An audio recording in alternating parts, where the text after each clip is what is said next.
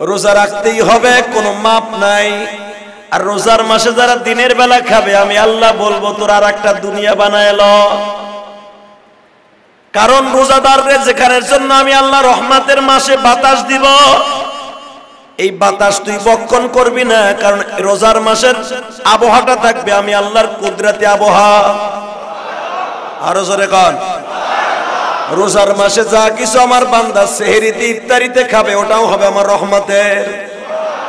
আমার বান্দা তারাবির নামাজে দাঁড়াবে, নামাজটাও হবে আমার রহমতের। আমার বান্দা যতগুলা তওবা করবে অন্য মাসের থেকে সেটা হবে স্পেশাল তওবা। আমার বান্দা ইফতারি লয়ে যখন বসবে, কোনো বেরোজাদার যেন তাদের কাজ দিয়াও না হাঁটে। কেউ যদি রোজা রাইখে 24 ঘন্টা জিকির করে, আমার নবী বলেন সাহাবীরা রে, তার নেকের গাছগুলা এমন ভাবে লাগায়া দিবে, এর ফল আমার আল্লাহ নিজে তার বাসায় রমজানে উঠে দিবে। রোজা রাইখা বাজে কথা না কই আল্লাহর জিকির করা যাবে কি যাবে না? কালেমাটা পড়া যাবে কি যাবে না? 2 নম্বরে নবী বলেন রমজান মাসের আমল হলো বেশি বেশি করে তওবা করা, তওবাল কাসীর। ইয়া আইয়ুহাল্লাযীনা আমানু তুবু ইলাল্লাহি তাওবাতান নাসুহা কুল ইয়া ইবাদিয়াল্লাযীনা আসরাফু আলা আনফুসিহিম লা তাকনাতু মির রাহমাতিল্লাহ। বান্দার বেশি বেশি করে তওবা করবি, বান্দা বেশি বেশি করে তওবা করবি, বান্দা বেশি বেশি করে তওবা করবি। বান্দা আমি আল্লাহর কাছে তওবার চাইতে দামি কোনো জিনিস নাই। আল্লাহ বলেন বান্দারে আমি আল্লাহর কাছে এতই দামি জিনিস হলো তওবা। বান্দা যখন আমার কাছে তওবা করে, আমি রব্বে কারীম ওই তওবাওয়ালা ব্যক্তির সবচেয়ে বেশি পছন্দ করি। আমার নবীর বললেন নবীজি, যদি আপনার উম্মতের মধ্যে কেউ রে গুনাহগার আমি না পাই, সবাই যদি নেককার হয়ে যায়, তাহলে আমি রব্বে কারীম কি করব জানেন? আমি আবার দুনিয়ায় আর একটা মাখলুক বানাবো, গুনাহ করে আবার তওবা করে, এমন সিস্টেমে। আপনি বুঝতে তাহলে বুঝিয়ে নিলেন, তাহলে গুনাহ করা মনে হয় আল্লাহর ইশারায় না গো বাবা। আল্লাহ এটা বুঝায় দিলেন তওবার গুরুত্ব।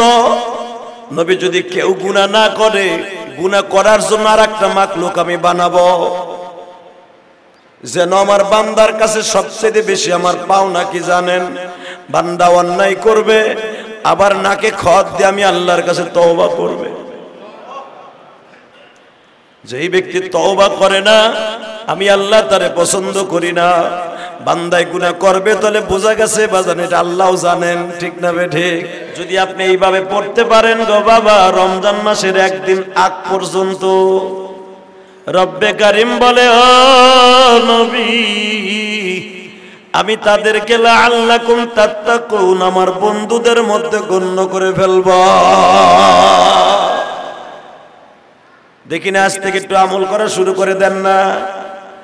যদি এইভাবে আমল করিয়া বাজান, আমি তো দেখতেছি অনেক লোক কত কষ্ট করে নামাজ পড়েন, কত কষ্ট করে রোজাটা রাখেন। আমি জানি আপনি হার্টের রোগী, আমি জানি আপনি ডায়াবেটিসের রোগী, আমি জানি আপনি হাঁটতে চলতে কষ্ট হয়।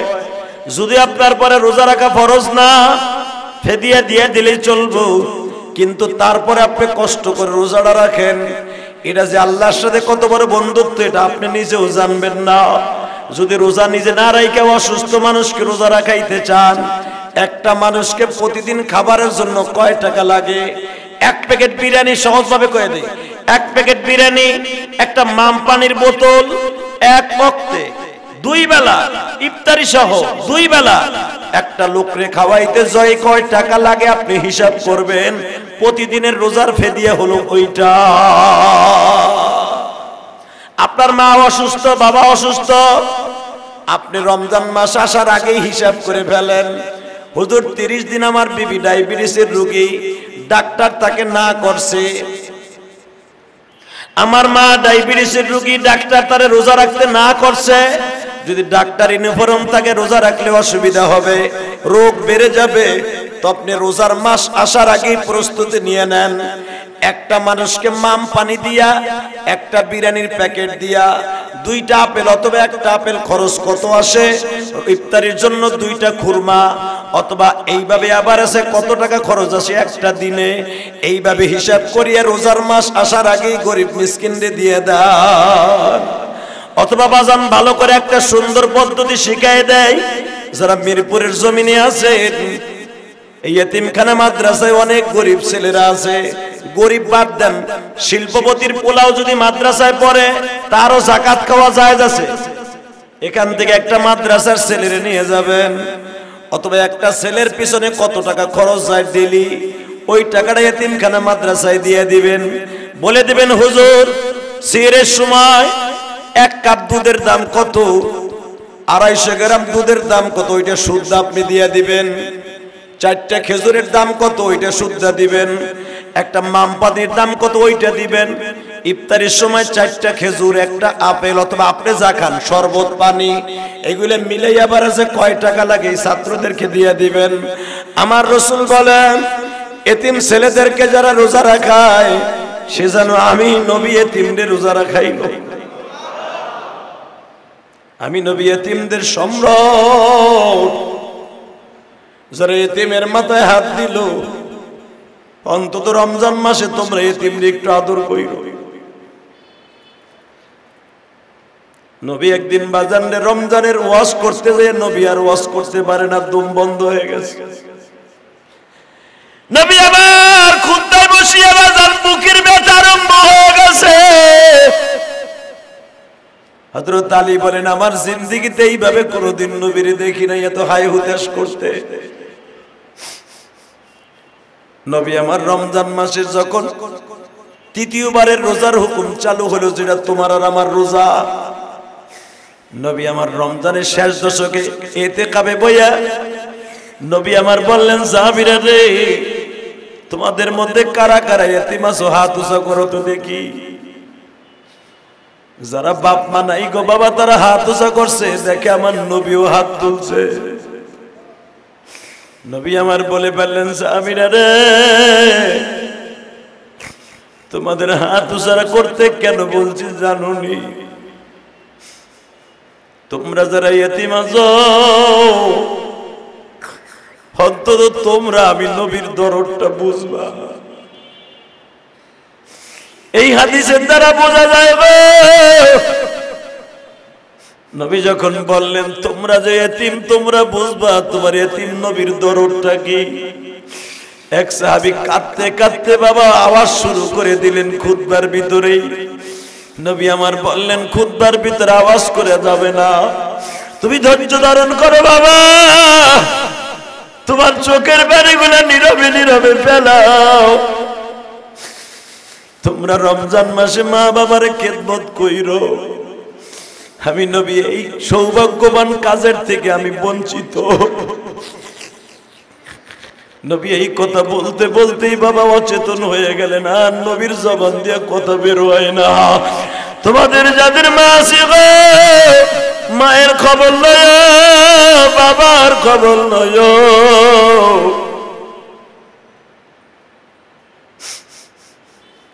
তোমরা যারা আমি নবীর মতো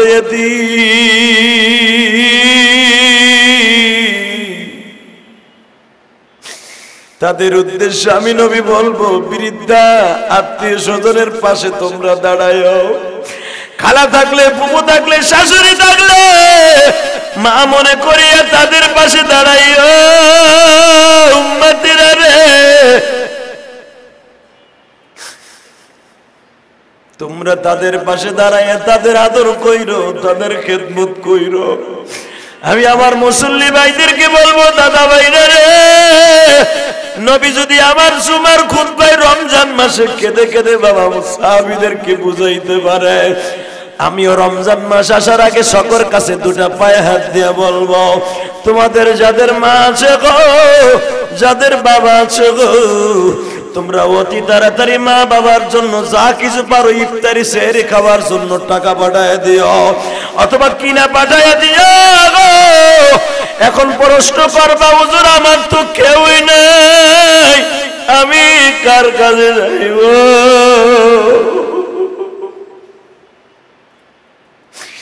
তুমি যদি এই কথাটা বলো দাদা ভাই, তুমি এতিম নবীর কাতারে দাঁড়ায় যাও, তুমি আমার নবীর কাতারে দাঁড়ায় যাও, চোখের পানি ফেলাইয়া নিয়ত করো বলি গত রমজানে মা ছিল আজকে নাই, 5 বছর আগে মা ছিল আজকে নাই, 10 বছর আগে বাবা ছিল আজকে নাই। আমি কার কাছে গেলে বাবার আদরের সেই ভালোবাসার ঋণ শোধ করতে পারবো? এই মাদ্রাসার থেকে একটা এতিম ছেলের রোজেন রাইখা দিও, অথবা তোমার হালাল বস্তু থেকে একটা এতিম ছেলের রোজা রাখাইও। তোমার বাবা মা কবর থেকে বাবা হাসবে আর বলবে বাবা আব্দুল্লাহ রে, তোর মতো সৎ সন্তান যেন প্রতিটা ঘরে ঘরে জন্ম নেয়।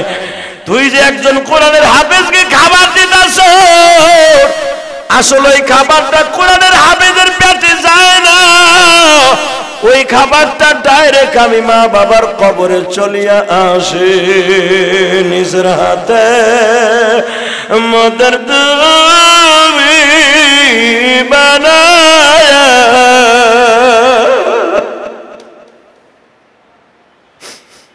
কোনদিন জাহান্নামে ফেলো না।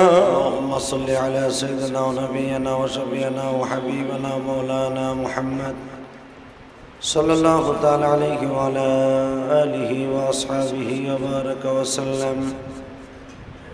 اللهم صل على محمد وعلى آل محمد كما صليت على إبراهيم وعلى آل إبراهيم إنك حميد مجيد.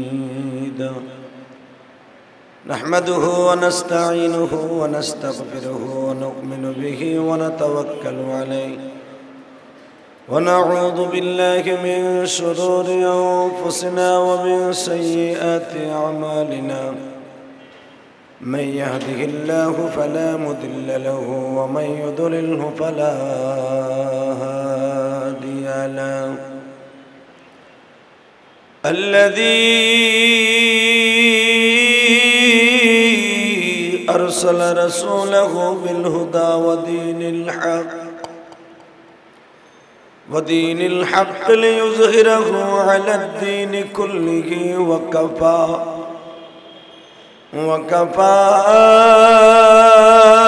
بالله شهيدا.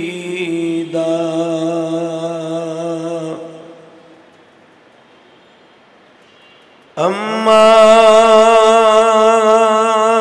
بعد فقد قال الله تبارك وتعالى وأعوذ بالله من الشيطان الرجيم. بسم الله الرحمن الرحيم.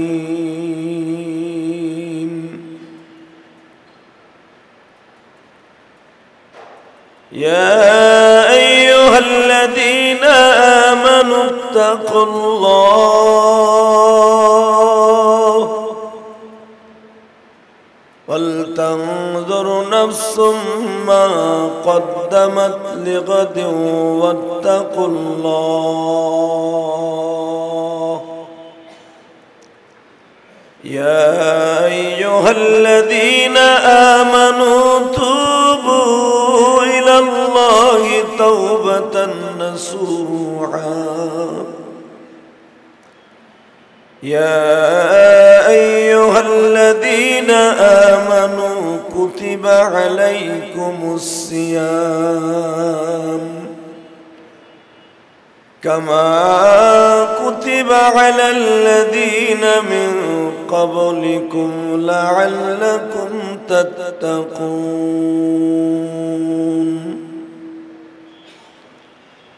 ইন্নাল্লাহা ওয়া মালাইকাতাহু ইউসাল্লুনা আলান নবী ইয়া আইয়ুহাল্লাযীনা আমানু সাল্লু আলাইহি ওয়া সাল্লিমু তাসলিমা লা ইলাহা ইল্লাল্লাহ লা ইলাহা ইল্লাল্লাহ লা ইলাহা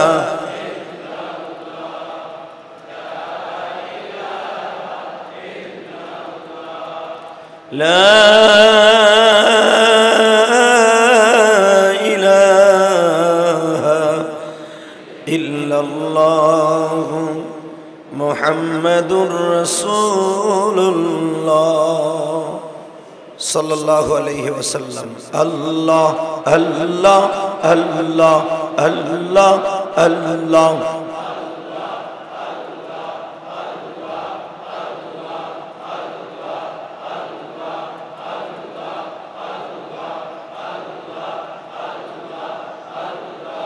Allah Allah Allah Allah Allah Allah Allah Allah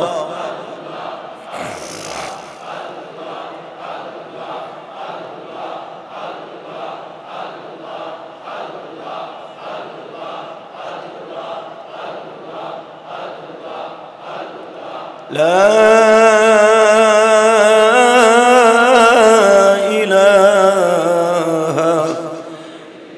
ইল্লাল্লাহ মুহাম্মাদুর রাসূলুল্লাহ। সমস্ত প্রশংসার মালিককে, সুস্থ রাখার মালিককে, অসুস্থ রাখার মালিককে, একটা বছর অতিবাহিত করে উকি মারছে মাহে রমজান। শাহরুন আজিম শাহরুন আদাল্লাহ। আল্লাহ আল্লাহ রাব্বুল আলামিন যেই মাসটাকে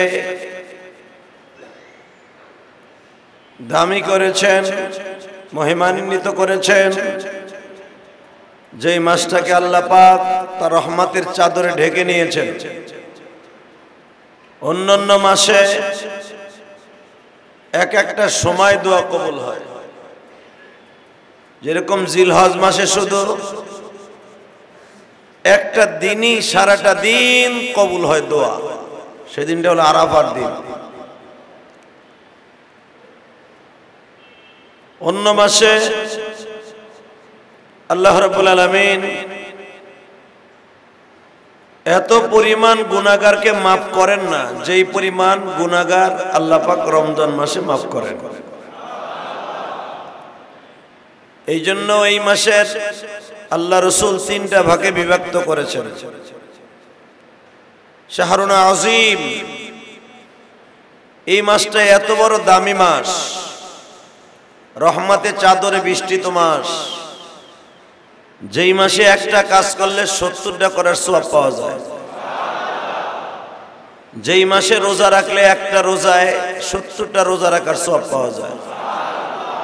যেই মাসে একটা সওয়াবের কাজ করলে আল্লাহ পাক তাকে 70টা সওয়াব দান করেন। যেই মাসে একবার সালাম দিলে 70 বার সালামের সওয়াব পাওয়া যায়। যেই মাসে 1 টাকা দান করলে 70 টাকার সওয়াব পাওয়া যায়। এটা এমন একটা দামি মাস, সেই মাসটা আমাদের সামনে। আউয়ালুর রাহমাহ ওয়া আওসাতু মাগফিরাহ ওয়া আখিরু ইতকুম মিনান নার। অন্য হাদিসে আছে গরাবাতিন নার। জীবনের সব গর্হিত কাজ, পাপের কাজ আল্লাহ পাক রমজান মাসে 3টা কোয়ালিটির যে কোনো একটা 10-এর মধ্যে আল্লাহ মাফ করে দিবেন। সেই মাসটা আমাদের সামনে। বিশ্বনবী বলেছেন এই মাসটা উদিত হওয়ার আগে নাহজর কামার, চন্দ্র তোমরা দেখবা চন্দ্র দেখে রোজা রাখবা, চন্দ্র দেখে রোজা রাখবা, চন্দ্র দেখে চাঁদ দেখে তোমরা রোজা ভাঙবা, ইফতারা রোজা ভাঙবা। তো আল্লাহ রাসূল সাল্লাল্লাহু আলাইহি ওয়াসাল্লাম বলেছেন রমজান মাসের অর্থাৎ শাবান মাসের 30 তারিখ বা 29 তারিখ রাত্রে চাঁদ খুঁজতে বলেছেন আমার নবী। কারণ চাঁদ, রমজান মাসের চাঁদ যদি কেউ খুঁজে রোজা রাখার জন্য ব্যস্ত হওয়ার জন্য, রমজানের চাঁদ দেখার মধ্যে এমন ফজিলাত যে আল্লাহ তার চোখের গুনাহগুলো মাফ করে দেবেন। আমরা তো এখন মাশাআল্লাহ চাঁদ খোঁজারই সময় নাই, এখন খোঁজা লাগেও না। আপনি খুঁজতে বাইর হওয়ার আগেই ফেসবুকে প্রচার হয়ে গেছে চাঁদ দেখা গেছে, কথা কন না কেন? আপনি আপনার ছাদে যাইয়া চাঁদ দেখার আগেই মসজিদের মাইকে আওয়াজ হইতেছে রমজানের চাঁদ দেখা গেছে, ঈদুল ফিতরের চাঁদ দেখা গেছে, কথা কন না কেন? মুসল্লিন একরাম তারাবি পড়তে আয়া পড়ে। আসলে নিয়ম হলো বিশ্বনবী বলেন যারা চাঁদ দেখে, এটা আমি নবীর একটা সুন্নাত। আর যে ব্যক্তি আমার একটা সুন্নাতকে মুহাব্বত করলো, মানা হাব্বা সুন্নাহ ফাকাদ আহাব্বানি, সে যেন আমারে মুহাব্বত করলো।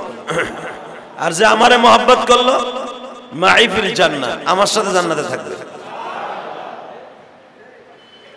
ছোটকালে স্কুল জামানায় দেখতাম চাঁদ দেখার জন্য আমরা ব্যতিব্যস্ত হইতাম, তাই না? ওই সোনালী যুগটা না জানি কত সুন্দর ছিল। যাচ্ছে দিন ভালো যাচ্ছে, আসতেছে দিন বিপদ আসতেছে। আগে মাগরিবের নামাজটা পড়েই, অনেকে আছে সুন্নাত না পড়েই মসজিদের আঙিনায় দাঁড়ায় থাকতো, কেউ আবার টিনের চালে যাইতো, কেউ আবার গাছের উপরে উঠতো, কেউ আবার খেরের মাচার উপরে উঠে দেখতো চাঁদ দেখা যায় কিনা, কথা কন না কে? আর এখন চাঁদ দেখার কোনো বালাই নাই, সবাই তাই তাই ফেসবুকে কেডা আগে থাকছে, টিভিতে কখন হেড নিউজে উঠছে চাঁদ দেখা গেছে, রমজানের চাঁদ উঠছে, আজকে থেকে তারাবি, সব ঠিক আছে। রেডিওর খবরও ঠিক আছে, ফেসবুকের খবর যে দেয় তাও ঠিক আছে, কিন্তু আপনি যে রাসূলের একটা সুন্নাতকে লঙ্ঘন করতেছেন এইটাও ঠিক আছে, কথা কন না কেন? যদি কোন হুজুর এখন তো বিল্ডিং এর লেগে চাঁদ দেখাই যায় না, এটাও ঠিক আছে। তাহলে যদি কোন তাহলে সুন্নাত পামু কেমনে? রাসূল কয় নাই যে তোমার চাঁদ দেখতে হইবে, তোমার চোখে চাঁদ দেখতে হবে, এটা শর্ত না। কইছে আপনি চাঁদ তালাশ করতে কইছে। আপনি ইফতারি করার পরে অথবা শাবান মাসের 30 তারিখ আপনার জানালাটা খুইজা 2-4 বারে এমন একটু তাকাই তাকাই দেখবেন চাঁদটা দেখা যায় কিনা, 3-4 বার। অথবা আপনার বিল্ডিং এর ছাদে যাই আসমানের দিক তাকায় দেখলেন চাঁদটা কোন জায়গায় দেখা যায় কিনা, 30 সেকেন্ড নয় দেখলেন, 30 সেকেন্ড যদি এদিক সেদিক তাকাতাকি করেন, আমার নবীর একটা সুন্নাত আদায় হয়ে গেল।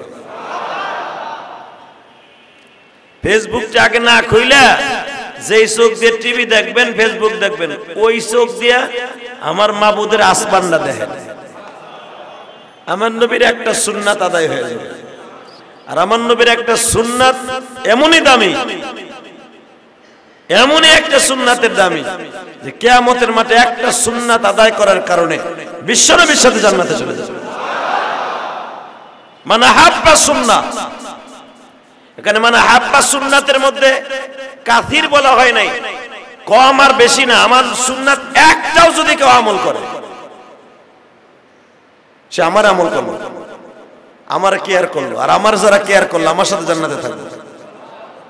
তাহলে অন্তত এই বছর যখন এই হাদিস কেন জানলেন যে আপনার জানালার ফাঁক দিয়ে একটু কি ঝুঁকি মারলেও সুন্নাত আদায় হয়ে গেল, মারা যাবে না, কথা কন না কেন? আর শোনেন, নবীর একটা সুন্নাতের এত দাম, যে ব্যক্তি নবীর সুন্নাতের উপর আমল করতে করতে করতে মৃত্যুবরণ করবে, মৃত্যুর সময় আমার নবীকে সে দেখতে পাবে। আর নবীরে যে দেখতে পাবে শয়তান কোনোদিন তারা ধোঁকা দিতে পারবে না, সে ডাইরেক্ট জান্নাতে যাবে। তাহলে জান্নাতে যাওয়ার নিয়ত আছে না নাই? সবাই কন্যা যে সবাই আছে, নবীর একটা সুন্নাত আদায় করা যাবে। হ্যাঁ, এই যে রমজানের জন্য পুরো প্রস্তুতি নিচ্ছেন না, ছোলা বুট কিনছেন তো, এটা তো প্রস্তুতি। খেজুর কেনেন নাই, খেজুরের দাম বাইরে যাবে তো, বেড়ে গেছে তো, এটাও জানা হয়ে গেছে আপনার। যাক, ছোলা বুট কিনবেন, বুট কিনবেন, মুড়ি কিনবেন, পেঁয়াজ বানানোর লেগে কি কি লাগবে সব কিনা কেটে রেডি হওয়ার নামই তো রমজানের জন্য রেডি হওয়া। কি বলেন?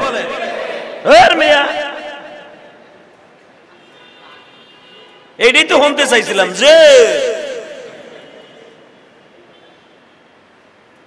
আমার নবী বলেছে রমজানের আসার আগে 1 মাস আগের থেকে তোমরা রেডি হও।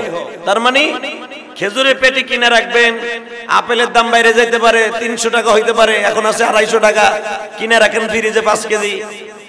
তারপরে ছোলা বুট কিনে রাখেন আধা মণ, এরপরে বেসন কিনে রাখেন, সয়াবিনের দাম বাইরে যাবে, পেঁয়াজের দাম বাইরে যাবে, সব কিনা স্টক করে থুয়ে দাও, তাই না? এর নাম প্রস্তুতি না? নো। আল্লাহ কি বললেন কোরআনে, আগে শোনেন। ইয়া আইয়ুহাল্লাযীনা আমানুত্তাকুল্লাহ, আমারে ভয় কর, দাম বাড়বে এইটারে এই ভয় করিস না। আর একটা কথা শুনবি বান্দা, রমজান মাসে যা খাবি, যা পরিধান করবি, রোজাটা ঠিকমতো রাখবি, তারাবিটা পড়বি, আমি আল্লাহ রমজানের কোনো হিসাব তোর কাছে চাবো না। আর 1 মাসের হিসাব যদি না চাই, 365 দিনের হিসাব দেওয়া লাগবো না। আরো জোরে কর। যদি কোন কিন লেগে রমজানে করলে 365 দিন হিসাব চাবো না, মানে যদি 1 মাস রোজা রাখলে 365 দিন রোজা রাখার সওয়াব হয়, তাহলে পুরো বছরই রোজা।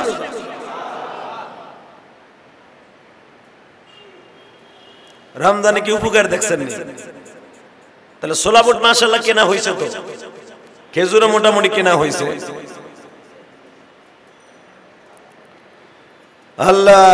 আল্লাহ কি বলে, ইয়া আইয়ুহাল্লাযীনা আমানু কুতিবা আলাইকুমুস সিয়াম কামা কুতিবা আলাল্লাযীনা মিন ক্বাবলিকুম লাআল্লাকুম তাত্তাকুন।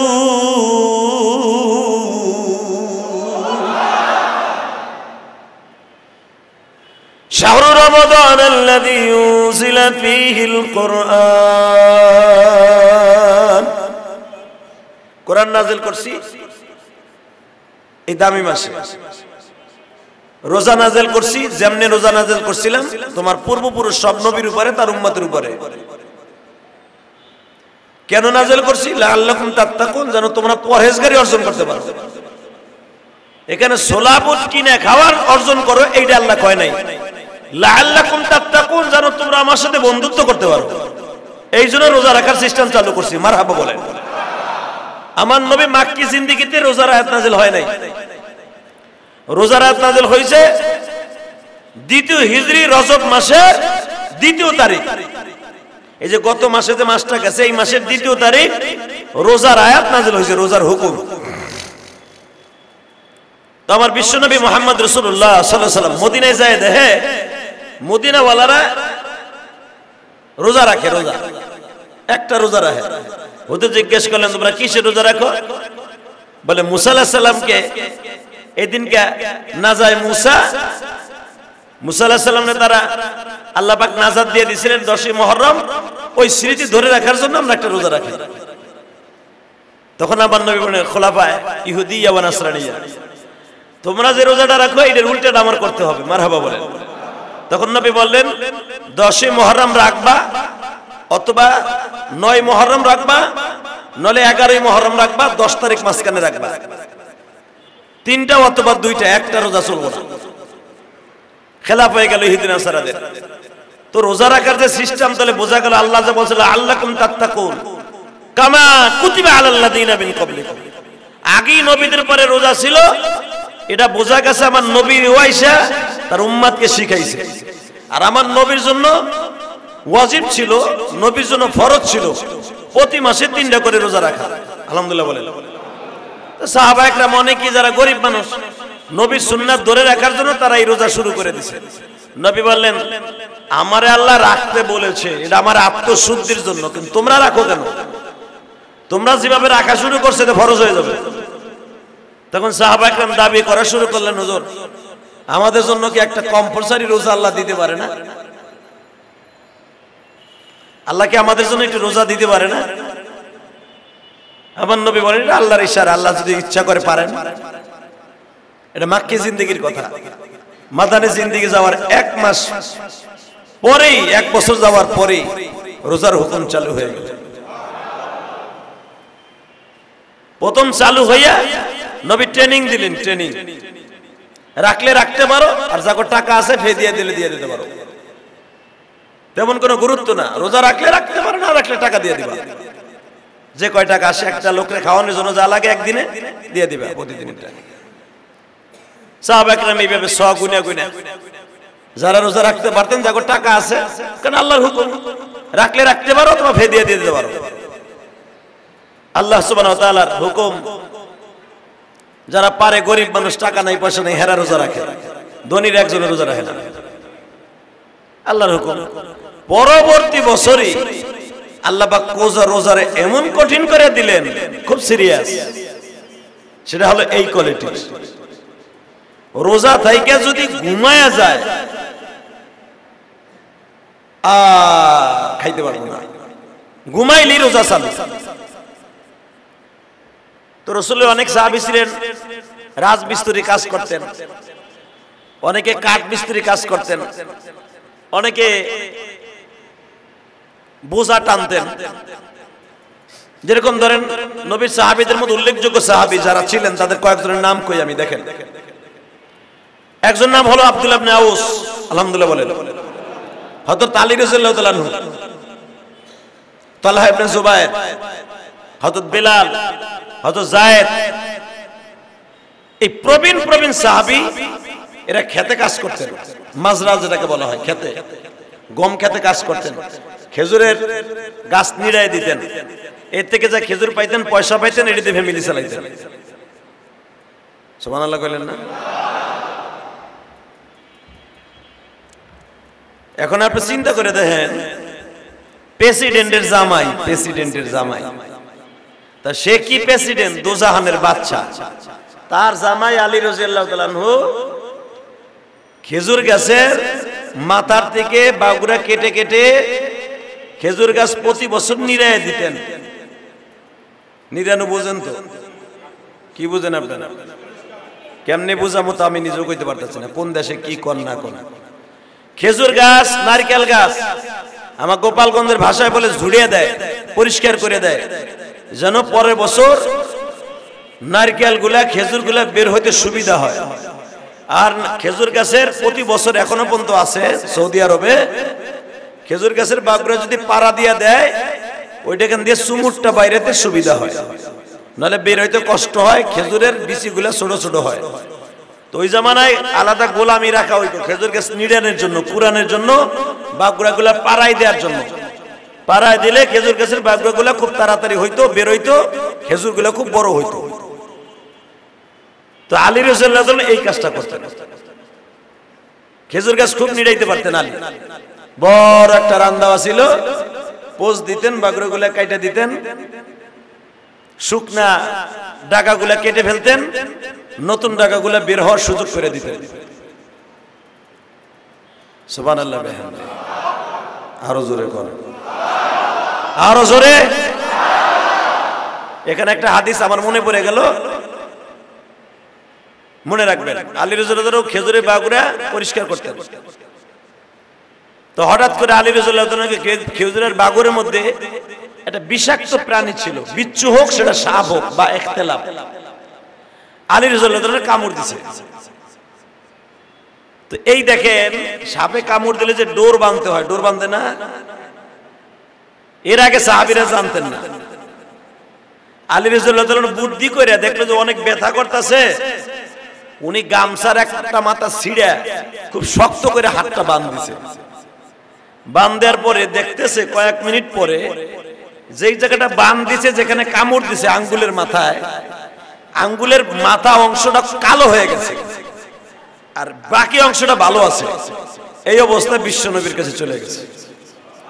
আরে ভাই, আমাকে তো হসপিটালে নিয়ে যাইতে হয়, আর তখন হসপিটালে বড় ডাক্তারই তো বিশ্ব নবী। হাতটা এইভাবে চাইবে ধরে নবীর কাছে, হুজুর অনেক ব্যথা করতেছে। নবী আমার বলে দেখি দেখি দেখি দেখি। নবী আমার তাকায় দেখলেন খুব বিষাক্ত একটা প্রাণীতে আমার আলীরে দংশন করছে। এমন বিষ যে নবীর চোখ দিয়ে পানি পড়ে গেছে। বাজানরে আমার নবী আলীর আঙ্গুলের দিকে তাকায় বলে, আলী রে খুব কষ্ট হচ্ছে। আলী মাথা নাড়ায় বললেন, নাম ইয়া রাসূলুল্লাহ, কিন্তু এটা কোনো কষ্টই না। জাহান্নামের আগুন থেকে যদি আল্লাহ বাঁচিয়ে দেয়, তাদের টেনশনই ছিল জাহান্নাম লইয়া, আর আমাকে টেনশন হলো জান্নাত লইয়া। জান্নাত পামু কি পামু না, জাহান্নাম যে হইতে পারে এটা ভুলেই গেছি। কথা কর না কেন? আমাকে টেনশন খালি জান্নাতে যাবো জান্নাতে যাবো। আরে ভাই, জান্নাতে যাওয়ার দরকার নাই, মালিকরে পান কিনে তাই দেয়। जन्नत दोजख से या रब क्या करो, आरज़ू है मैं तेरा देखा करो। আব্দুল কাদের জিলানী রহমাতুল্লাহকে জিজ্ঞেস করছিল, আপনি কি ইবাদত করেন জান্নাতের আশায়? তখন আব্দুল কাদের জিলানী বলছিলেন, जन्नत दोजख से या रब क्या करो, आरज़ू है मैं तेरा देखा करो। আমার জান্নাত জাহান্নাম জান্নাত দরকার নাই, ওদি কর্মুখী। আমার মনের আরাধনা আমি তোমারে চাই, তোমার লগে দেখা করব। আমার জান্নাতে নেওয়ার জাহান্নামে নেওয়াটা তোমার ব্যাপার। এই বডি তোমার, সব তোমার। আমার আরজু আমি তোমারে দেখব। সুবহানাল্লাহ কবেন না মনে? কি দামি কথা কই, তাও সুবহানাল্লাহ কইবেন না? কেমনি কি পাবেন আপনারা? কি রমজানের জন্য প্রস্তুতি নিলেন? রমজানের আগে সাহাবা একরামের মন থাকতো ফুরফুরা, সাহাবা একরামের মন থাকতো মনে হইতো এই নেকের বস্তা লইয়া মইবা, নেক দিয়া পুরা গোলা ভরে রাখবো এবার। আর আমাকে তো খালি নাই, ভরবেন কই? আমাকে ওটা পুরা টাঙ্কি ভরা হলো পাপ দিয়া। হে কথা কর না, আমাকে পুরা টাঙ্কি ভরে থুইছেন গুনাহ দিয়া, তেহানে ঢুকাবেন কোন জায়গা? পুরাই তো গুনাহ দিয়ে ভরা। যদি কোন জায়গায় খালি থাকতো তাহলে ওইটার আমেজ থাকতো যে ভাই আমার টাঙ্কি খালি, নেক দিয়ে ভরতে হইব। তারপর আমার টাঙ্কি হলো পুরাটাই বদ দিয়ে ভরে থুয়ে দিছি। এই ব্যক্তির ভিতরে আমিও আছি, আপনিও আছেন। আমার নবী বলেন, সাহাবীরা রে, শাবান মাস আমার আল্লাহ দিছে তোমার টাঙ্কি খালি করার লাইগা। শাবান মাসে আমার আল্লাহ দিছে তোমার বডিটা পরিষ্কার করার লাইগা, গুনাহগুলাকে পুরা পরিষ্কার করে ফেলাইয়া দিয়া এরপরে তুমি রেডি হও বান্দা, নেকের বস্তা তোমার কলবের মধ্যে ঢুকাইবা। লাআল্লাকুম তাত্তাকুন,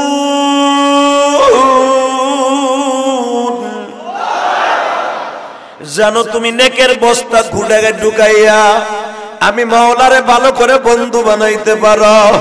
ও বান্দা, তুমি জানো না মাসের মধ্যে 11টা মাস গুনাহ করে সব নষ্ট করে দিছো। রমজান মাস সামনে আসলে তুমি বেশি বেশি করে প্রস্তুতি নিও। প্রস্তুতি মানে শাবান মাসে একটা রাত রাখছি লাইলাতুল বরাত, ওই বরাতের রাত থেকে নিয়ে তুমি রমজানের আগ পর্যন্ত কান্নাকাটি করতে থাকো, মালিক রে গুনাহ লইয়া দুনিয়ায় আসছিলাম না। মার পেটের থেকে যখন আসি ফেরেশ মন লইয়া আসছিলাম, মার পেটের থেকে যখন আসি আমার কোনো একটা অ্যাকাউন্টে গুনাহ ছিল না, আমার পুরা টাঙ্কিটা ছিল পরিষ্কার। এই জন্য দেখবেন ওয়াজের মাঠে বসে বাচ্চারা বেশি কান্দে। ওয়াজের মাঠে বসিয়া বাবা যারা আল্লাহকে বেশি ভালোবাসে তারা কান্দে। ওয়াজের মাঠে বসে কোরআন তেলাওয়াত করতে যাইয়া দেখবেন যারা 5 ওয়াক্ত নামাজি, যাদের গুনাহ কম তাদের চোখে এত পানি কেন? যারা সত্যিকারের পীরের মুরিদ বাবা, এরা দেখবা জিকির করতে বসতেই চোখের পানিগুলো ওয়াজরে ঝরতে থাকে। এটার একটা মাত্র কারণ, এরা আসলে আমার মাওলার পাগল।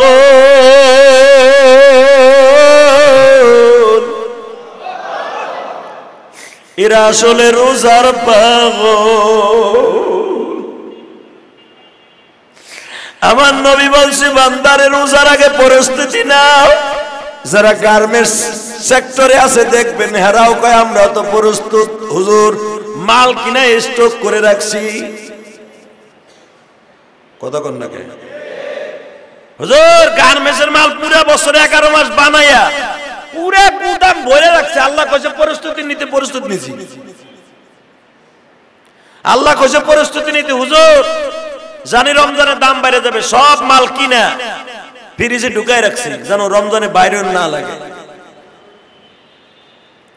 হালাকে আমার আল্লাহ বলেন এই প্রস্তুতি না বান্দা, গুনাহের গাছকে ছেড়ে দিয়া নেকের গাছ লাগাইবা। অন্তরের মধ্যে পুরা গুনাহ খালি করে নেকের গাছ লাগাই দিবা।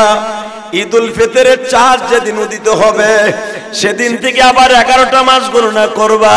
ওই গোলাপ থেকে তুমি নেক খরচ করে করে জান্নাতের জামিনদার হইবা।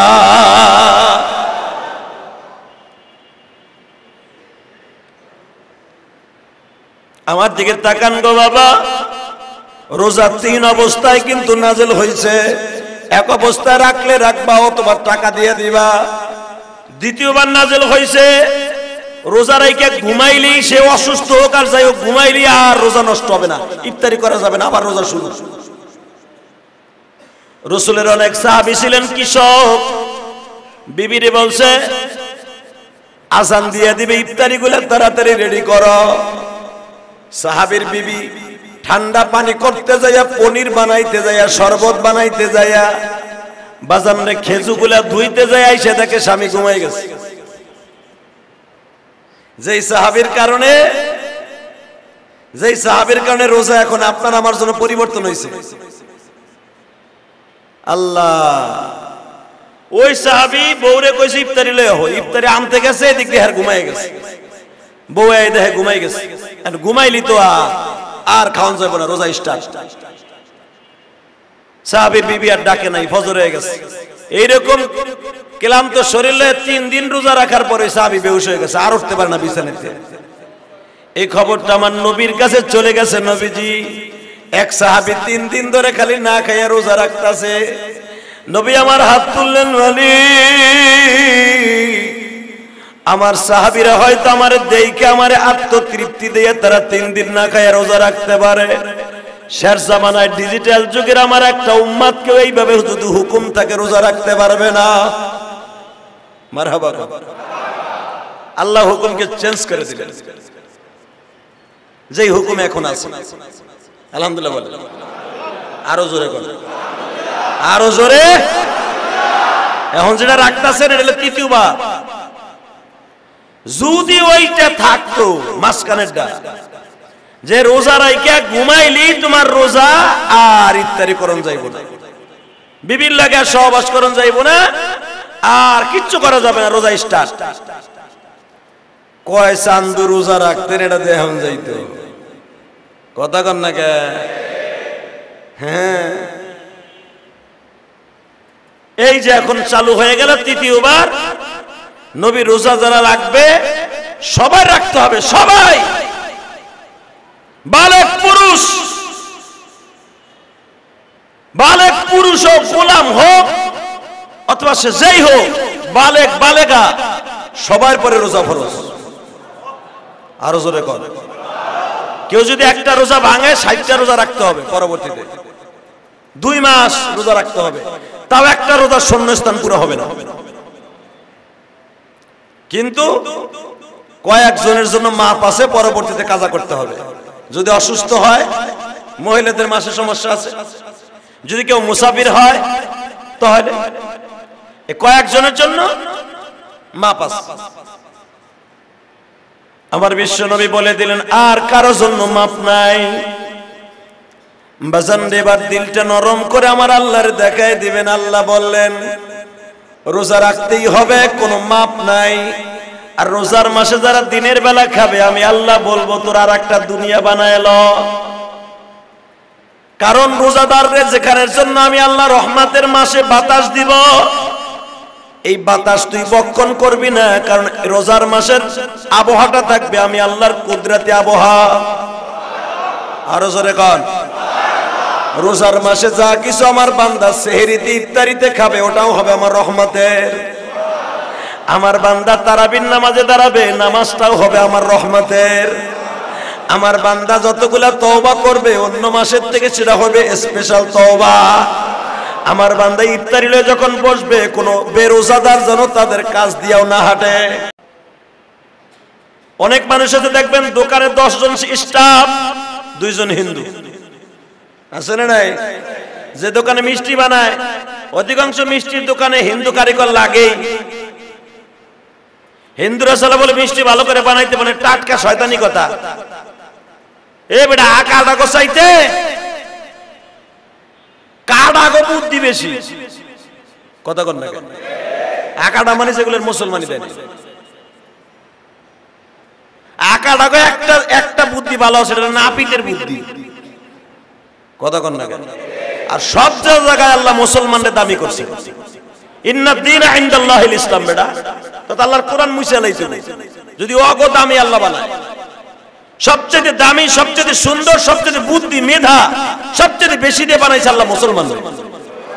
আর মুসলমান গোটা নিয়ে নিয়ে ওরা এখন বুদ্ধি বানাইছে।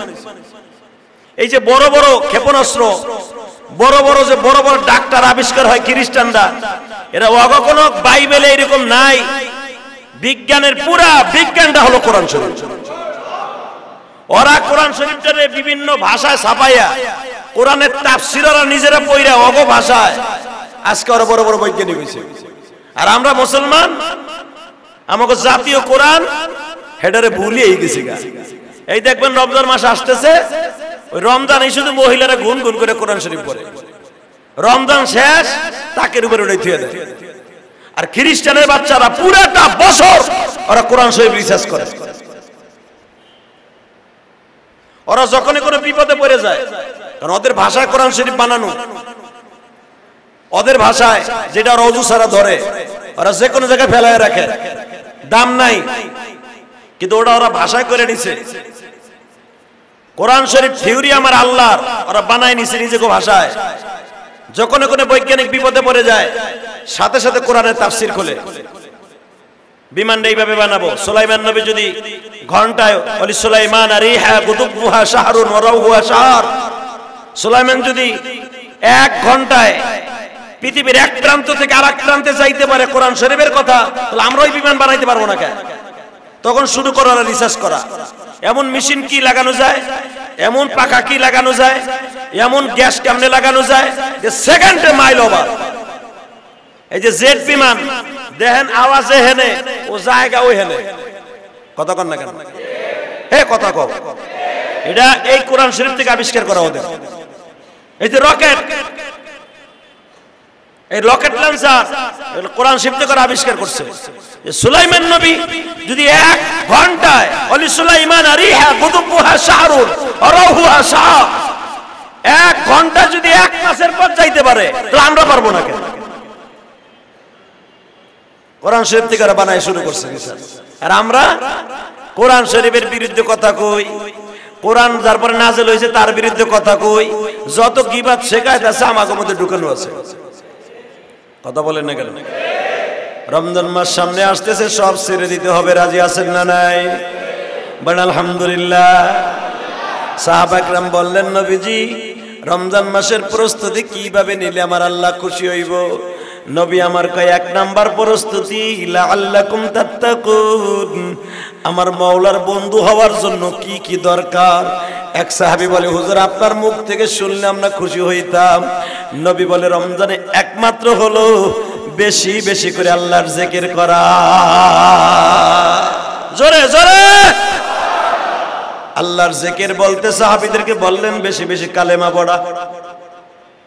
কি করা? লা ইলাহা ইল্লাল্লাহু মুহাম্মাদুর। এক সাহাবী বলে, হুজুর আরো সংক্ষেপে পড়লে, কারণ আমি তো কাজ করি। নবী আমার বলে, এমন একটা আমল আছে যেটা গোপনীয় আমল, যেটা করলে পৃথিবীর কেউ দেখেও না, জানেও না। জানে কে? আমার নবী বললেন, এমন একটা আমল আছে যেটা করলে কেউ ঠিক পাবে না, এমন কি যে করে সে ছাড়া আর কেউ ঠিক পাবে না, আর আল্লাহ শুনবে। সাহাবা একরাম বললেন, হুজুর এমন কি আমল আছে নামাজ পড়লে তো অনেকেই দেখে? হুজুর ওরা রাখলে অনেকেই দেখে। নবী আমার বলে, একটা ইবাদত আছে কেউ দেখে না, এটা গোপন ইবাদত, সেটা হলো আল্লাহ আল্লাহর জিকির। কথা কন না কেন বাজান রে? আল্লাহ আল্লাহর জিকির করতে কিন্তু মুখও লড়ে না, শুধু জিহ্বাটা লড়ে। মুখটা বন্ধ, জিহ্বাটা লড়ান। লড়ান না কে? এই মুখটা বন্ধ করেন, জিহ্বা দিয়ে আল্লাহর জিকির করেন, হয় না? টেস্ট করে দেখেন। মুখ বন্ধ, চোখ বন্ধ, সব বন্ধ, জিকির কিন্তু চলতেছে, জিহ্বা চলতেছে আল্লাহ আল্লাহ আল্লাহ জিকির। আর যদি আপনি আওয়াজও দেন আল্লাহ আল্লাহ আল্লাহ আল্লাহ আল্লাহ, মুখ কিন্তু নড়ে না। এই কথা কন, মুখ কিন্তু লড়তেছে না। আল্লাহ আল্লাহ জিকির করতে মুখও লড়ে না, কেউ দেখেও না। এই জিকিরটা হলো আমার আল্লাহর কাছে দামি গো বাবা। কেউ যদি রোজা রাখে 24 ঘন্টা জিকির করে, আমার নবী বলেন সাহাবীরা রে, তার নেকের গাছগুলা এমন ভাবে লাগায়া দিবে, এর ফল আমার আল্লাহ নিজে তার বাসায় রমজানে উঠে দিবে। রোজা রাইখা বাজে কথা না কই আল্লাহর জিকির করা যাবে কি যাবে না? কালেমাটা পড়া যাবে কি যাবে না? 2 নম্বরে নবী বলেন, রমজান মাসের আমল হলো বেশি বেশি করে তওবা করা, তওবাল কাসীর। ইয়া আইয়ুহাল্লাযীনা আমানু তুবু ইলাল্লাহি তাওবাতান নাসুহা কুল ইয়া ইবাদিয়াল্লাযীনা আসরাফু আলা আনফুসিহিম লা তাকনাতু মির রাহমাতিল্লাহ। বান্দার বেশি বেশি করে তওবা করবি, বান্দা বেশি বেশি করে তওবা করবি, বান্দা বেশি বেশি করে তওবা করবি। বান্দা, আমি আল্লাহর কাছে তওবার চাইতে দামি কোনো জিনিস নাই। আল্লাহ বলেন, বান্দারে আমি আল্লাহর কাছে এতই দামি জিনিস হলো তওবা। বান্দা যখন আমার কাছে তওবা করে, আমি রব্বে কারীম ওই তওবাওয়ালা ব্যক্তির সবচেয়ে বেশি পছন্দ করি। আমার নবীর বললেন, নবীজি যদি আপনার উম্মতের মধ্যে কেউ রে গুনাহগার আমি না পাই, সবাই যদি নেককার হয়ে যায়, তাহলে আমি রব্বে কারীম কি করব জানেন? আমি আবার দুনিয়ায় আর একটা মাখলুক বানাবো, গুনাহ করে আবার তওবা করে, এমন সিস্টেমে। আপনি বুঝতে তাহলে বুঝিয়ে নিলেন, তাহলে গুনাহ করা মনে হয় আল্লাহর ইশারায় না গো বাবা। আল্লাহ এটা বুঝাই দিলেন তওবার গুরুত্ব। নবী যদি কেউ গুনাহ না করে, গুনাহ করার জন্য আর একটা মাখলুক আমি বানাবো, যেন আমার বান্দার কাছে সবচেয়ে বেশি আমার পাওনা কি জানেন? বান্দা অন্যায় করবে, আবার নাকে খত দিয়ে আমি আল্লাহর কাছে তওবা করবে। যেই ব্যক্তি তওবা করে না, আমি আল্লাহ তারে পছন্দ করি না। বান্দায় গুনাহ করবে, তাহলে বোঝা গেছে বাজান এটা আল্লাহও জানেন, ঠিক না বে ঠিক? ও বাজান, গুনাহ যখন বেশি হয়ে যাবে, সেজদায় পড়ে যখন কাঁদবেন, দেখবেন বাবার 5টা পোলাপান হইলে একটা পোলা নরেও না, সরেও না, খারাপও কয় না, ভালোও কয় না, কিচ্ছু কয় না। ওরে কিন্তু মা বাপ ভালোবাসে না। কথা কন না কেন?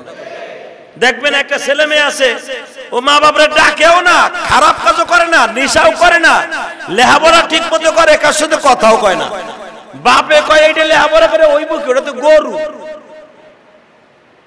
এই কথা কথা ওর এক জায়গা পাঠাইলে ও চুপচাপ করে বন্ধা গরুর মতো আয় করে।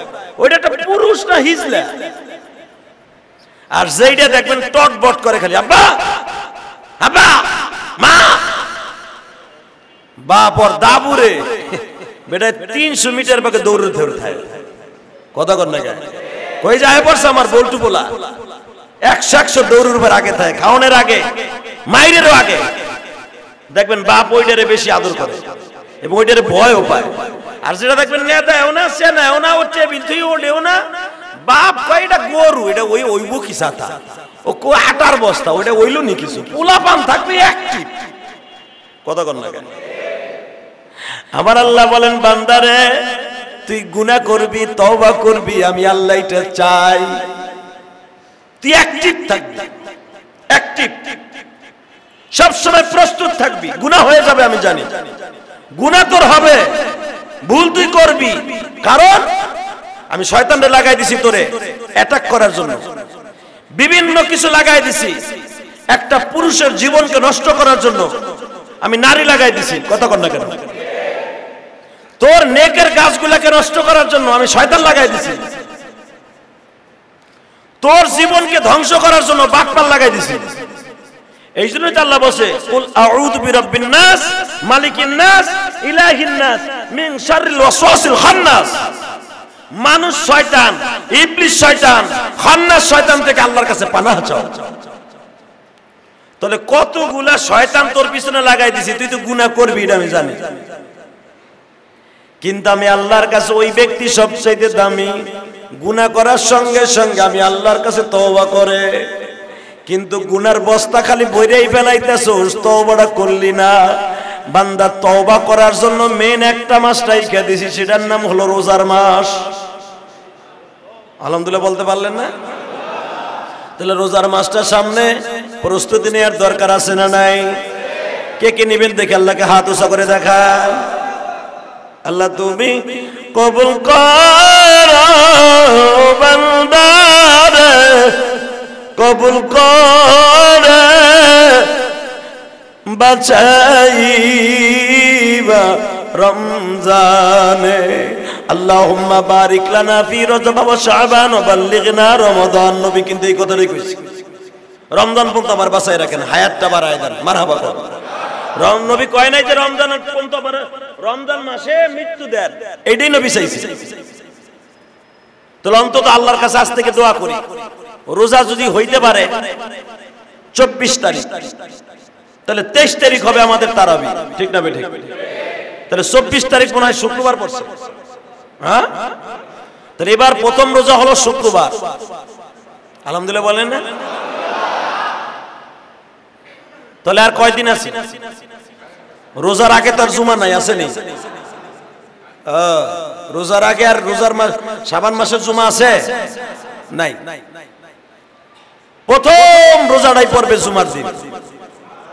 তাহলে আল্লাহ শুকর, হয়তো এবার রোজা, এবার 5টা জুমা হবে, তাই না? গতবারও তো 5টা হয়েছিল। আল্লাহ শুকর 5টা জুমা হবে যদি প্রথম রোজা আমরা পাই আল্লাহর মেহেরবানিতে, ইনশাআল্লাহ বলেন তো? আরো জোরে করে রোজাটা কে কে রাখবেন? না সবাই রাখবেন? সবাই মিথ্যা কথা কবেন? রোজার জন্য পুরো প্রস্তুতি নিছেন তো? সোলাবুট কিনা, খেজুর কিনা, পুরা প্রস্তুতি হবে। নেন বা না নেন? আওয়াজ তো দেন, কন ইনশাআল্লাহ। রোজার প্রস্তুতি নিছি। 24 তারিখ যদি রোজা হয়, এই কয়দিন আমার আল্লাহকে ভালোবাসার যত পাত্র আছে সব ভরে ফেলবে ইনশাআল্লাহ। বলেন ইনশাআল্লাহ। কন পারেন বা না পারেন, ইনশাআল্লাহ তো বলবেন। যদি কোন আল্লাহকে ভালোবাসার জন্য কি কি লাগবে, প্রতিদিন আজ থেকে প্রতিদিন আসরের আগে 4 রাকাত সুন্নাত নামাজ পড়বেন। আলহামদুলিল্লাহ বলেন। প্রতিদিন মাগরিবের পরে 6 রাকাত আবাবিন নামাজ পড়বেন। এতদিন পড়েন নাই, আজ থেকে পড়বেন। কি তাহলে সে আপনি ভালোবাসার লেগে পাত্র খালি করতেছেন। ইশারের নামাজের আগে 4 রাকাত সুন্নাত আছে, ফজর নামাজে, ফরজ নামাজের আগে বলেন পড়ব ইনশাআল্লাহ। তাহলে আপনার গুনার পাত্র খালি হইবে, নেকের পাত্র বসাবার লাগে রমজান মাসে। লাআল্লাকুম তাত্তাকুন। এরপরে আল্লাহ পাকের অর্ডার আছে, ফজরের নামাজের আগে, আজানের আগে অন্তত 4 রাকাত নফল নামাজ পড়বেন। 4 রাকাত নফল নামাজ পড়ে গুনার টাঙ্কি খালি করবেন, নেকের টাঙ্কি ভরার লেগে। তাহলে দেখবেন আল্লাহর সাথে বন্ধুত্ব স্থাপন হচ্ছে। রোজাটা রাখবেন হালাল বস্তু দিয়া, খাইবেন হালাল বস্তু, খাওয়াবেন হালাল বস্তু। রোজাটা রাখবেন সুন্নাত তরিকায়, ইনশাআল্লাহ 365 দিন রোজা রাখার সওয়াব পেয়ে যাবেন। কে করা যাবে? তাহলে আসরের নামাজের কয় রাকাত? মাগরিবের পরে, ইশারের নামাজের আগে, এই 4 রাকাত আপনি নফল নিয়ত করতে পারেন, তাহাজ্জুদের নিয়ত করতে পারেন, কারণ জানি ইশারাটা পরে ইনশাআল্লাহ আপনার এই নামাজটা তাহাজ্জুদের ভিতরে গণ্য হয়ে যাবে। যদি আপনি এইভাবে পড়তে পারেন গো বাবা, রমজান মাসের একদিন আগ পর্যন্ত রব্বে কারিম বলে, ও নবী আমি তাদেরকে লাআল্লাকুম তাত্তাকুন আমার বন্ধুদের মধ্যে গণ্য করে ফেলব। দেখি না আজ থেকে একটু আমল করা শুরু করে দেন না। যদি এইভাবে আমল করিয়া বাজান, আমি যে দেখতেছি অনেক লোক কত কষ্ট করে নামাজ পড়েন, কত কষ্ট করে রোজাটা রাখেন। আমি জানি আপনি হার্টের রোগী, আমি জানি আপনি ডায়াবেটিসের রোগী, আমি জানি আপনি হাঁটতে চলতে কষ্ট হয়। যদি আপনার পরে রোজা রাখা ফরজ না, ফেদিয়া দিয়ে দিলেই চলবো, কিন্তু তারপরে আপনি কষ্ট করে রোজাটা রাখেন, এটা যে আল্লাহর সাথে কত বড় বন্ধুত্ব এটা আপনি নিজেও জানবেন না। যদি রোজা নিজে না রাখে অসুস্থ মানুষকে রোজা রাখাইতে চান, একটা মানুষকে প্রতিদিন খাবারের জন্য কয় টাকা লাগে? 1 প্যাকেট বিরিয়ানি সহজভাবে কয়ে দেয়, 1 প্যাকেট বিরিয়ানি, একটা মাম পানির বোতল, এক ওয়াক্তে 2 বেলা ইফতারি সহ 2 বেলা একটা লোকরে খাওয়াইতে জয় কয় টাকা লাগে আপনি হিসাব করবেন। প্রতিদিনের রোজার ফেদিয়া হলো ওইটা। আপনার মা অসুস্থ, বাবা অসুস্থ, আপনি রমজান মাস আসার আগেই হিসাব করে ফেলেন, হুজুর 30 দিন আমার বিবি ডায়াবেটিসের রোগী, ডাক্তার তাকে না করছে। আমার মা ডায়াবেটিসের রোগী, ডাক্তার তারে রোজা রাখতে না করছে। যদি ডাক্তার ইউনিফর্ম থাকে রোজা রাখলে অসুবিধা হবে, রোগ বেড়ে যাবে। তো আপনি রোজার মাস আসার আগেই প্রস্তুতি নিয়ে নেন। একটা মানুষকে মাম পানি দিয়া, একটা বিরিয়ানির প্যাকেট দিয়া, 2টা আপেল অথবা একটা আপেল খরচ কত আসে? ইফতারির জন্য 2টা খুরমা, অথবা এইভাবে আবার আছে কত টাকা খরচ আসে একটা দিনে। এইভাবে হিসাব করিয়া রোজার মাস আসার আগেই গরিব মিসকিনদের দিয়ে দেন। অথবা বাজান ভালো করে একটা সুন্দর পদ্ধতি শিখায় দেয়, যারা মিরপুরের জমিনে আছে, এই এতিমখানা মাদ্রাসায় অনেক গরিব ছেলেরা আছে। গরিব বাদ দেন, শিল্পপতির পোলাও যদি মাদ্রাসায় পড়ে তারও যাকাত খাওয়া জায়েজ আছে। কথা কন না কেন? শিল্পপতির পোলাও যদি এই মাদ্রাসায় পড়ে ওর জন্য যাকাত খাওয়া উচিত, ও নিলে নিতে পারে, তবে খাওয়ানো ঠিক না। যেই বাবার পরে যাকাত ওয়াজিব, তার সন্তানদেরকে যাকাতের কোন জিনিস খাওয়ানো ঠিক না মাদ্রাসার, এটা মনে রাখবেন। খেতে পারবে ছাত্র হিসাবে, মিসকিন হিসাবে, কারণ সে তো অর্থের মালিক না, কিন্তু এটা খাওয়ানো ঠিক না। কারণ যাকাত হলো, এটা হলো মালের পচা জিনিস, এটা মালের ক্যান্সার। এটা মাল পরিষ্কার করে তারপর আপনার যাকাত দিছে। এইটা আপনার ছেলেরে খাওয়াইলে, ধনী ছেলেরে খাওয়াইলে 100% আপনার ছেলের ব্রেন নষ্ট হয়ে যাবে। তো এখন কি করবেন? এখন তো সিস্টেম আছে। আপনি এখন মনে মনে ভাববেন আমার বিবি অসুস্থ, আমার বাবা অসুস্থ, এখান থেকে একটা মাদ্রাসার ছেলেরে নিয়ে যাবেন, অথবা একটা ছেলের পিছনে কত টাকা খরচ যায় ডেইলি, ওই টাকাটা এতিমখানা মাদ্রাসায় দিয়ে দিবেন। বলে দিবেন হুজুর সিহরের সময় 1 কাপ দুধের দাম কত, 250 গ্রাম দুধের দাম কত, ওইটা সুদ আপনি দিয়ে দিবেন। 4টা খেজুরের দাম কত, ওইটা সুদ দিবেন। একটা মাম পানির দাম কত, ওইটা দিবেন। ইফতারের সময় 4টা খেজুর, একটা আপেল, অথবা আপনি যা খান, শরবত, পানি, এগুলো মিলাই আবার আছে কয় টাকা লাগে ছাত্রদেরকে দিয়ে দিবেন।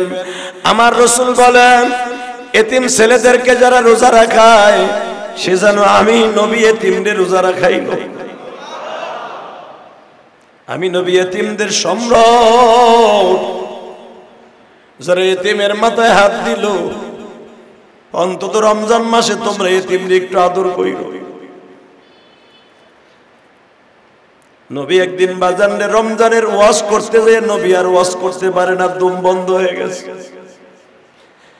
নবী আবার খুতবায় বসিয়ে বাজার বুকের ব্যথা আরম্ভ হয়ে গেছে।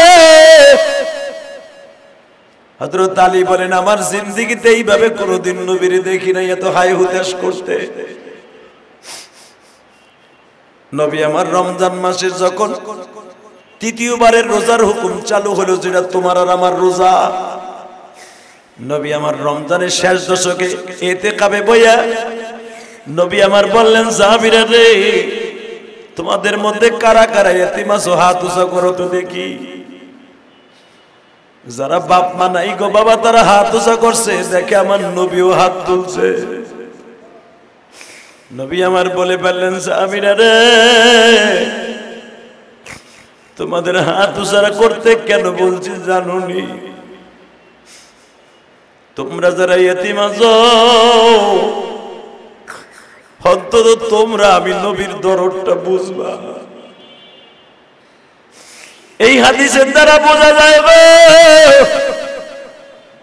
নবী যখন বললেন তোমরা যে ইতিম, তোমরা বুঝবা তোমার ইতিম নবীর দরদটা কি। এক সাহাবী কাঁদতে কাঁদতে বাবা আওয়াজ শুরু করে দিলেন খুতবার ভিতরেই। নবী আমার বললেন, খুতবার ভিতরে আওয়াজ করে যাবে না, তুমি ধৈর্য ধারণ করো বাবা, তোমার চোখের পানিগুলো নীরবে নীরবে ফেলাও। তোমরা রমজান মাসে মা বাবার খেদমত কইরো। আমি নবী এই সৌভাগ্যবান কাজের থেকে আমি বঞ্চিত। নবী এই কথা বলতে বলতেই বাবা অচেতন হয়ে গেলেন, আর নবীর জবান দিয়ে কথা বের হয় না। তোমাদের যাদের মা আছে গো, মায়ের খবর নয়, বাবার খবর নয়।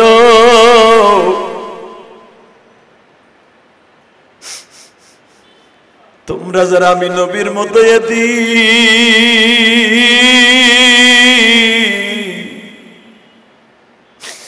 তাদের উদ্দেশ্যে আমি নবী বলবো, বৃদ্ধা আত্মীয় স্বজনের পাশে তোমরা দাঁড়ায়ও।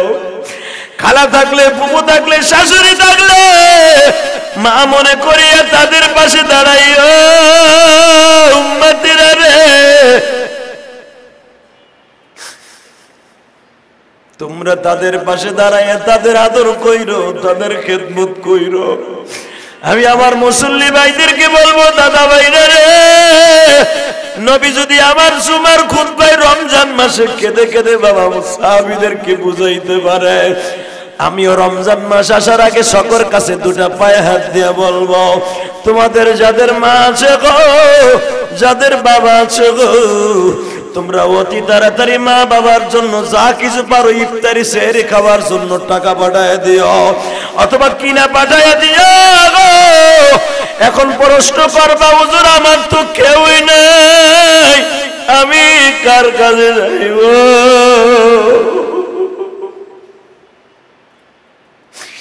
তুমি যদি এই কথাটা বলো, দাদা ভাই, তুমি এতিম নবীর কাতারে দাঁড়ায় যাও, তুমি আমার নবীর কাতারে দাঁড়ায় যাও, চোখের পানি ফেলাইয়া নিয়ত করো বলি, গত রমজানে মা ছিল আজকে নাই, 5 বছর আগে মা ছিল আজকে নাই, 10 বছর আগে বাবা ছিল আজকে নাই। আমি কার কাছে গেলে বাবার আদরের সেই ভালোবাসার ঋণ শোধ করতে পারবো? এই মাদ্রাসার থেকে একটা এতিম ছেলের লজিন রাইখা দিও, অথবা তোমার হালাল বস্তু থেকে একটা এতিম ছেলের রোজা রাখাইও। তোমার বাবা মা কবর থেকে বাবা হাসবে আর বলবে, বাবা আব্দুল্লাহ রে, তোর মতো সৎ সন্তান যেন প্রতিটা ঘরে ঘরে জন্ম নেয়। তুই যে একজন কোরআনের হাফেজকে খাবার দিতাছ, আসলে ওই খাবারটা কোরআনের হাফেজের পেটে যায় না, ওই খাবারটা ডাইরেক্ট আমি মা বাবার কবরে চলিয়া আসে। নিজের হাতে মদর তুমি বানায়া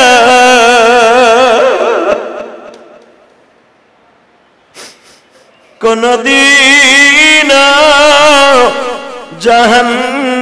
জাহান্নামে ফেলো না, কোন আল্লাহুম্মা আমিন। তাহলে পারা যাবে না? একটা ছেলের লজিন রাখা পারা যাবে? পারা যাবে? হ্যাঁ, দেই নগদ কমতে গিরা এই এলাকায় কার কার তৌফিক আছে এই মাদ্রাসা থেকে একটা ছেলে লয়ে যাবেন উঁচা না হাতা উঁচা করেন উঁচা করেন দেই কে কে একটা ছেলে লজির নিয়ে যাবেন অথবা লজিরের টাকা দিয়ে দিবেন ওঠান হাত উঠান কি রে মাত্র 60 জন হইছে ছাতা এলো ভালোবাসো মা বাবারে না আর কেউ নাই আরে তোমার বাসায় নিয়ে খাওয়াইতে বেড়ে তো কই না আমি তুমি মাদ্রাসায় খাওয়াও একটা ছেলের ইফতারি করতে সেহরি খাইতে কি কি লাগে দাও না আর কে দিবা কও আর কেউ নাই আর কেউ নাই একজন দুইজন তিনজন হাত উঠান আবার উঠান কে কে উঠেছিলেন একজন দুইজন তিনজন চারজন পাঁচজন ছয়জন সাতজন আটজন নয়জন আলহামদুলিল্লাহ কোন আপাতত 9 জন হয়েছে রমজান মাস আসার আগে রমজানের ভিতরে তারও হইল হয়তো আপনাদের সাথে আগামী জুমাটাও পড়া হবে এরপরে জুমায় আমার পাবেন না মক্কা মদিনায় থাকবো ইনশাআল্লাহ বলেন এবং গতবার যারা নিছে তাদের কাছে রেজিস্ট্রির খাতায় নাম আছে এরাও যোগাযোগ করবেন আমার মাদ্রাসায় বাবা পুরো রমজান আমার মাদ্রাসা খোলা আমার মাদ্রাসায় রোজার দিনে রোজার মাসে থাকবে 60 জন আলহামদুলিল্লাহ বলেন আপনাদের তো কমিটি আছে আমার কেউ নাই আল্লাহ ছাড়া আমার মাদ্রাসায় 60 জন ছেলে সেহরি ইফতারি সহ খাইবো যদি গান এগোকে খাওয়াইবো আপনি তো এই মাদ্রাসার লেগে কইলেন আপনার মাদ্রাসায় কিছু কইলেন না আমার কিচ্ছু কোন লাগবে না আমি জিহাদি পয়সা থাকলে আল্লাহ ওকে খাওয়াইবো করোনার ভিতরে চাইরে না কেউ দেয় নাই বেটা গত বছরও তো রমজান মাস তার আগের রমজানে 23 জন ছেলে যাইতে পারে না গাড়ি ঘোড়া বন্ধ 23 জন ছেলেরে 3 বেলা খাওয়ানো দিছি আল্লাহ শুকর ইফতারিও খাওয়াইছে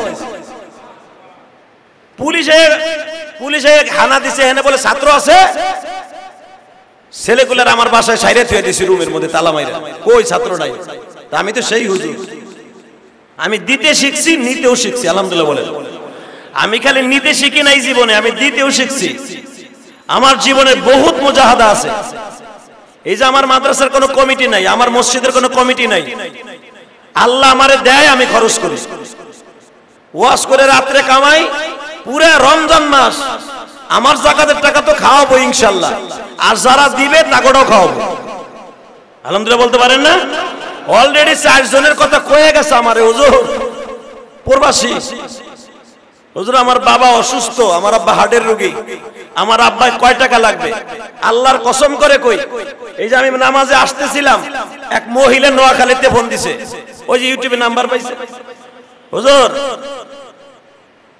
আমার অমক রোজা রাখতে পারবে না কয় টাকা পরে বুঝায় কইলাম আপনি কোন কোয়ালিটির খাওয়ান দিবেন ছাত্র 1 কাপ দুধ দিবেন 4টা খুরমা দিবেন 2টা আপেল দিবেন 1 প্যাকেট বিরিয়ানি কিন্তু কত লাগে এভারেজ হিসাব কোন একটা মাম পানি সহ 3 বেলা দিবেন না 2 বেলা দিবেন খাইতে কি লাগে সে আবার আস করে বলল হুজুর এই কয় টাকা লাগতে পারে ঠিক আছে ওইটা দিয়ে দিবেন আর যদি মনে করেন আপনি বাসায় আর সাথে বেশি খান আপনি যা খান ওই হিসাব করেন আপনি কম করে হলো একটা বিরিয়ানির প্যাকেট নান না বিরিয়ানি কয় টাকা এটা মাম পানি কত ইফতারিতে কি লাগে এই হিসাবটা কইরা বাবা মায়ের রোজার ফিদিয়া দিয়েন ইনশাআল্লাহ আপনি বাদশা হয়ে দুনিয়া বেঁচে থাকবেন আল্লাহ কবুল করেন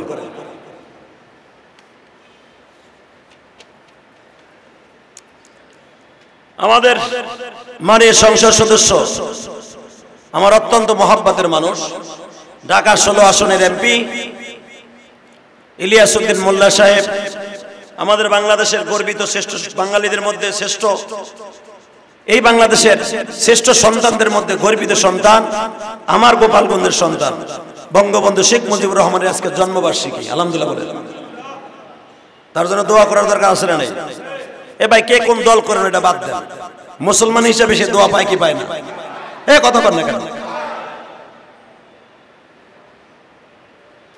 তা আমার কাছে চাইছে এমপি সাহেব বঙ্গবন্ধুর পক্ষ থেকে দোয়া যদি বিএমপি এলারাও জিয়াউর রহমানের জন্মবার্ষিকীতে আমার কাছে দোয়া আছে আমি দোয়া করব মুসলমান হিসেবে কথা কর না কেন এটা নিয়ে সমালোচনার কি হইলো কোন এই মসজিদে কিছু কিছু মুসল্লি খারাইছে আপনার কষ্ট আমার বুকটা ফাইটে যায় ভাই বিশ্বাস করেন খুবই বয়ে কইলাম আল্লাহর কসম করে বলতে কইলে আমি বলতে পারবো আমি কোনো রাজনীতি করি না আমি কোনো দলও করি না সাদা জানি যে ভোট দিতে পারবো না ভোট তবে একজনের যাবে আর একজনের যায় তো মিথ্যা ভোট দিয়ে আমার লাভটা কি ওই পচা রাজনীতি আমি করি না, করার চিন্তাও করি না।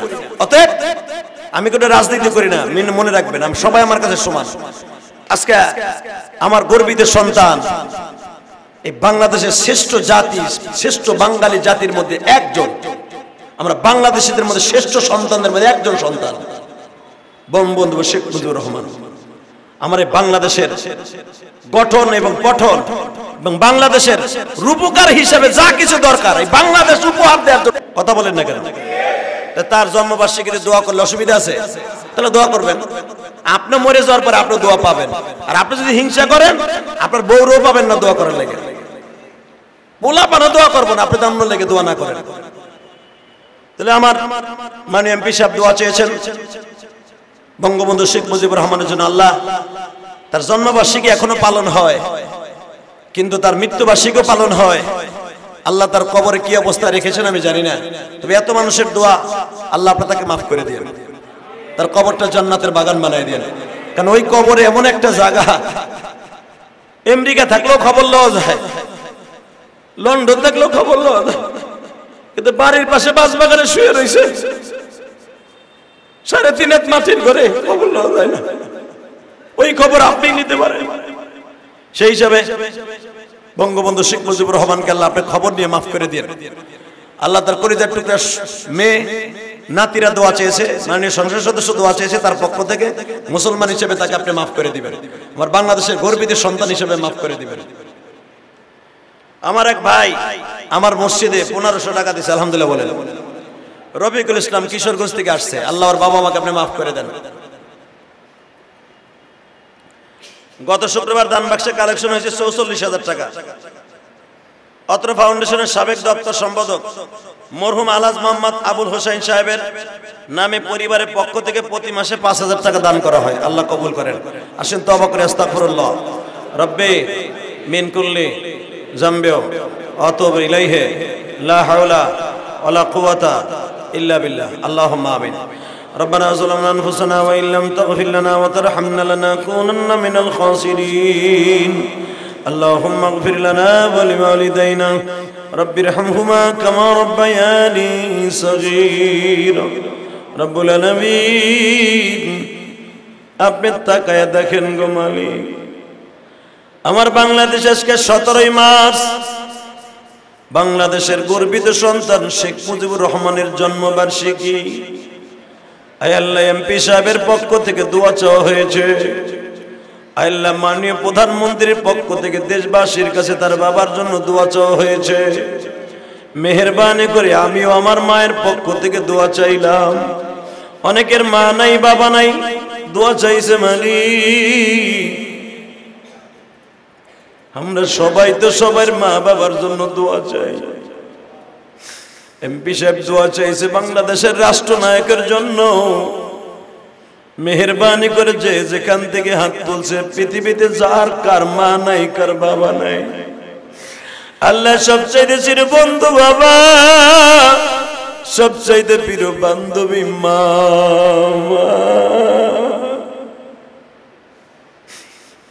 কত ছোলা বুট খাই, ইফতারি খাই, মার হাতের স্বাদ আর পাই না। মা কত আদর করে আমাদের ইফতারি বানিয়ে দিত।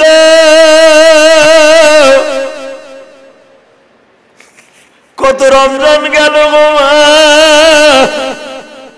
তোমার হাতের মতো স্বাদ আর পাই না গো মা।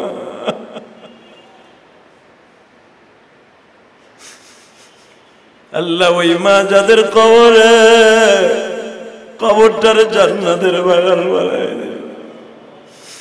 মা একদিক দিয়ে কাজ করত, মায়ের হাতে ময়লা থাকতো, মা ময়লাটার টিবলের সামনে যাইয়া তাড়াতাড়ি ধুইয়া মা ওই হাত দিয়ে ইফতারি বানাইতে,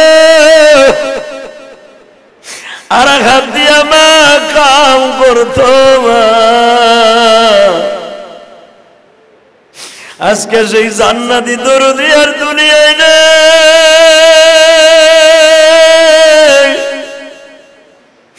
কারে দেখাবো মনের বেদনা, কারে বলবো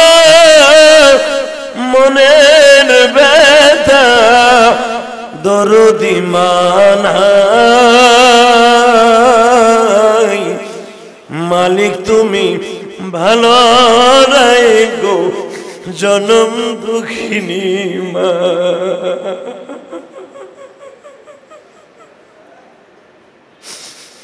মালিক তুমি ভালো রাখো জনম দুঃখ মিয়া বাবা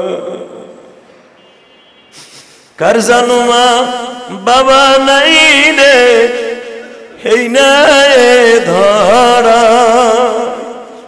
মায়ের কথা বললে মনে অস্ত্র ঝরে মায়ের কথা বললে মনে অস্ত্র বাহির আর সেই জীবন কোথায় বাবা সেই জিন্দেগি কই বাবা বাবা বাবাই বলতো গরিব মানুষ ইফতারি কি দিয়া করব কারে করাইব আজকে টাকা পয়সার অভাব নাই রে ওই সুন্দর মা বাবা ধরায় না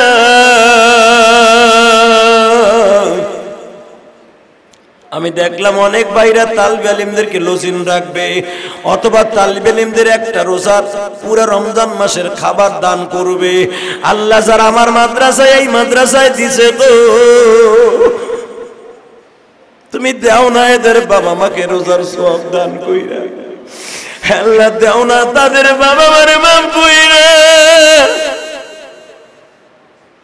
আল্লাহ প্রতি রমজান মাসে এক মাসে একটা ছেলের পিছনে খাইতে ৫,০০০ টাকা লাগতে পারে অথবা ৬,০০০ টাকায় একটা ছেলের পুরো রমজান মাস রোজা রাখতে যাইয়া খরচ দেয়া লাগতে পারে যারা এই টাকাটা মাদ্রাসার তালিবে আলিমদেরকে দিবে তুমি তো সবই পারো